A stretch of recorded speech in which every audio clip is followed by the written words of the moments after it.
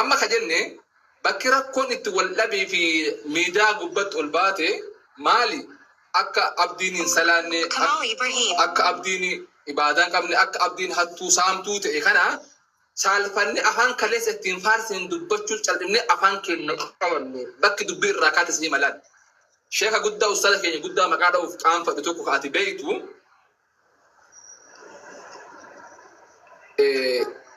maqaa keetiin akkaawuntii bannanii baankii nigdi baankii afoo dhaaban.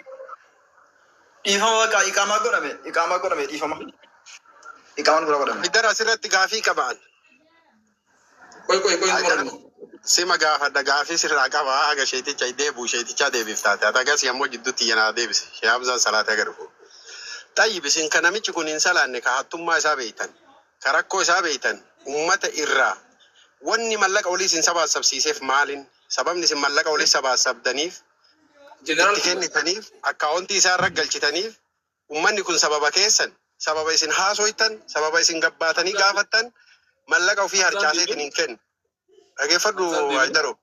Dhageeffadhu. Hagan na deebi'u. Deebisaa isaa deebifta jidduu sana yoo dandeette naa deebifta. Uummanni kun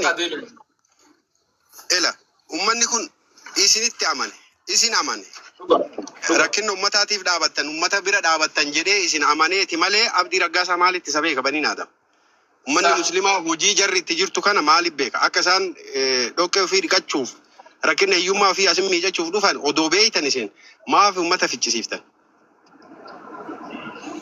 Jeneraal kanaaf dhiifama gaafannee ka'ee dhaabadhee nama 20 dhiifama gaafadhe inni dogongoree natti fakkaatee natti fakkeessanii dhiifama naa godhaadhaa jedhan uummata musliimaa dhiifama gaafateera tokko jedhe. Amma gaafii Hamzaadhaa jiraachuullee baatu yoo inni dhufe itti mixaa baasare. Bakki itti wal dhabne dheengadda mana sheeriyaat gammadaatti ol seenee gurbaanii wallaahi ma billaahi ma tallaahi ma ani miilee sadi malee waa tokko hin qabu jedhe. Ragaa baha jedhe kunillee jarri saahibban isaa kun Abaazarfaanillee ragaa baha yoo barbaadan.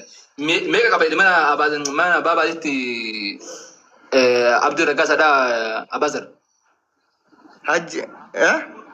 Hajji gaafadha. Meeqa qabaa jedhe. Ajaa'iba. Wallaahi billahi mushkilaan guddaan isin bira jira. Mushkilaan guddaan. Isin hunda keessan bira jira ustaaz. Isin hunda keessan. Warra keessaayyuu warra silaa dhalataa sikkooman taatan. Achi barbaarii odoo ijji keessan argu. Zaalim odoo ijji keessan argu. Ummata keessan odoo isin boruu dhibamtu. Odoo isin boru duutani eenyu baay'eessan isin gargaara. Kana booda akka isin du'aa miti yoo ibiddi fedhee duubaan eegetti isin qabate akka uummanni kun isin hin rifanne beektani. Maaliif wareegama ufiif hin kafalle namaaf kafaluuf xaartan isin?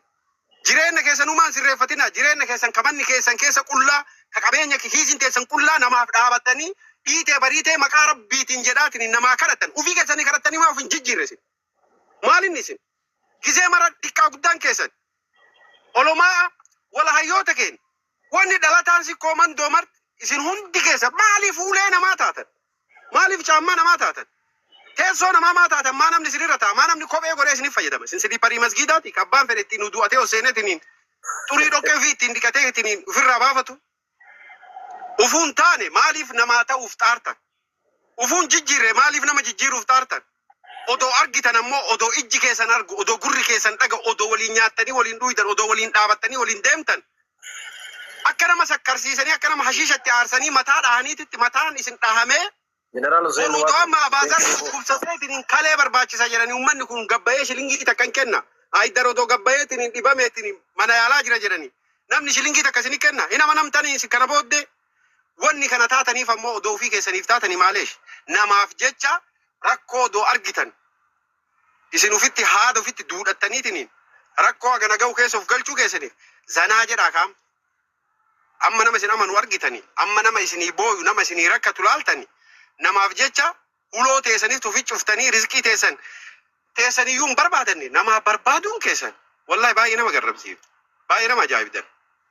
An akka mataa kiyyaatitti wallahi billahi waan ajandaa namaa kanallee keessa deemuu hin barbaadu ajandaa waan namaatis ajandaa godhachuu hin barbaadu walaakin dhaabadhaati ufuma keessanii walitti dacha'aa ufii keessanii uf laala uf laaluu isin barbaachisa sammuu keessan bana ambaaf hagana wali qabdan ambaaf hagana taartan abaazariin har'a mee makiinaa qabda makiinaa naafu rakshaa qabda motora qabda saayikilii basirnaa qabda kophee sirnaa Mobaayilii sirnaan qabu. Mobaayilii sirnaa ajjiin hin beeka. Wallahi mobaayilii sirnaan qabu.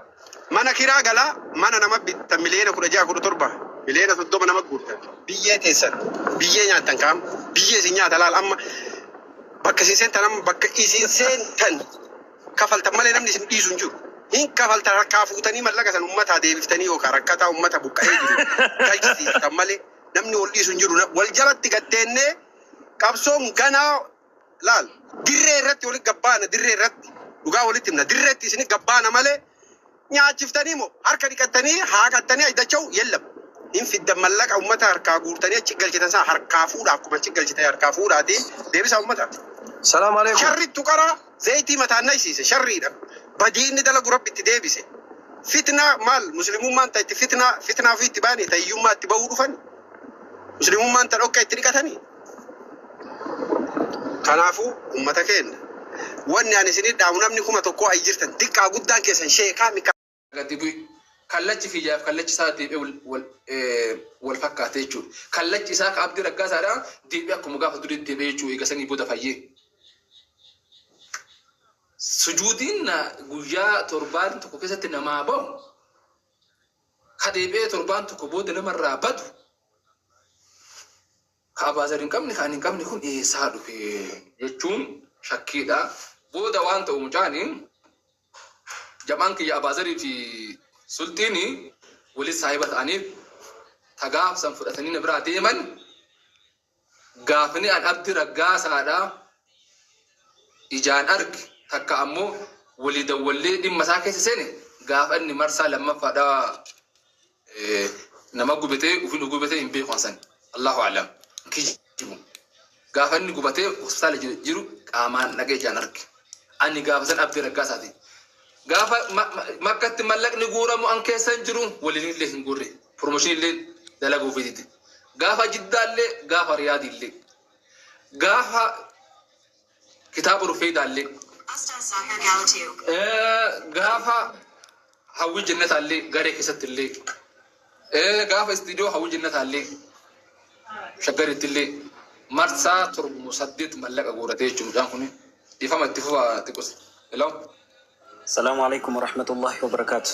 كم جرت النواس كين لقيت وانت كن نما هدوف قوساته ودنده ملء نو حواسا مسجل جروكنا تكين نهاجة برنا تكيفهم ننجر باي تكيفهم نجرا أما بكا باند ما نجرت وان كنا هاسو مال جتشورا وصونا تي يعني كم فرماني وصادوني كنا درا هاساتورن سني أما دي ميلالو سم مرافداتي أكنت هاسون دي كوتو كامي فكاتا waan san furmaata dubbiin tun kallattii yoon godhatin hedduu tokko rakkisaadha. Maaliif isiniin jedhe beeytani Ustaad Abaazarri akkasuma Haydar saahiboonni abdiidha namni akkaan isatti kalaa'u hedduudha.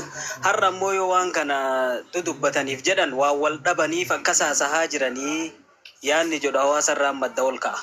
Kanaaf ani isin caalalleen beeku hayyoota kenna osoo yaada kiyyaati yaada anaa wallaalaa kana fudhattanii osoo qaamni dubbiin ilaaltu kun martuu dhufe irra gaariidha yaada jedhuun qaba. Itti fufamee isinillee warra asirra jirtan afaan yoo qabaatan hunda dubbata. Dubbiin garuu nama dibde akka amma namni salphisee ilaalu kanaa miti. Oofanii dubbii yeroo duraa bakki itti kaate bu'aaf wal dhaban jechuu eegalanii amma deemanii gama amantaa deebite sanirraas deebite gama gosummaatti deebi'aa jirti. Akkasumattuyyuu sooshaal miidiyaan kun guyyaa 4 boqonnaa argataa hin jiru. Waan kana goolabbii yoo itti goona jettan bakka qaamni dhimmi ilaalu hin jirretti dubbii tana naasayinaati. Waan kana goolabbii itti godhuun danda'amuudha qaba. Guyyaa dhuunfaa kiyyaati ulfaadha. السلام عليكم ورحمة الله وبركاته. سورة قلبي كلتوني أني حمزة فأنا سيجوا واجدت برباده. إما كنا يو أسجع فنو إما كنا إندوباتني بكنا همين جتشو جرتني. كنا يجون إما كنا جارسون ما دام فوروف دمتني. حاسوم ناسرة سامكونين دمه فايدة لين كابو.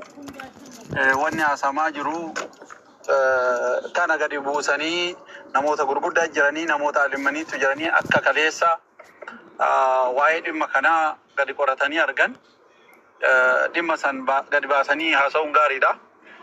Abdiin Haayidar ammallee maal jechuu jira kuma miliyoona 24 dubbachuu jira. Sunillee dhimma biraati. Baankii keessa kaleessa namoonni seenan namoota gurguddaadha. Gurraan dhageenya jedhisuun gaarii miti. Gaafa sanillee an hordofaa ture. Ustaaz Xaalibuu jalqabarraa haga